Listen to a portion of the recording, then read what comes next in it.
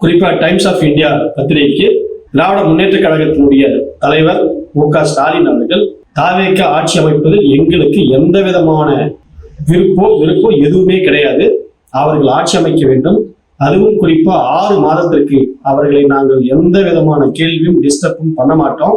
நமக்கு தேவையானது அத்தனையும் என்ன என்றால், அவர்கள் தேர்தல் அறிக்கையில் சொன்ன மாதிரி மகளிர் உரிமை தொகை 2500 ரூபாய் சொல்லியிருக்கிறார்கள். அது அவர்களால் கொடுக்க முடியுமோ முடியாதோ அது வேறு.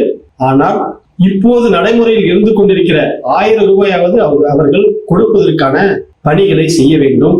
அதற்கு அடுத்தது ஏழை எளிய குழந்தைகள் சாப்பிடக்கூடிய அந்த காலை உணவு திட்டத்தை முறையாக சரியாக அதை நடைமுறைப்படுத்தி மக்கள் மத்தியில நல்ல பெயரை எடுக்க வேண்டும் என்று ஒரு பழுத்த பக்குவமான ஒரு அரசியல்வாதியா திமுக தலைவர் ஸ்டாலின் அவர்கள் நடந்துகிட்டாங்க. இதெல்லாம் யார் சொல்லுவாங்க? ஆனா அவரு அவ்வளவு பெருந்தன்மையா நடந்துகிட்டாரு.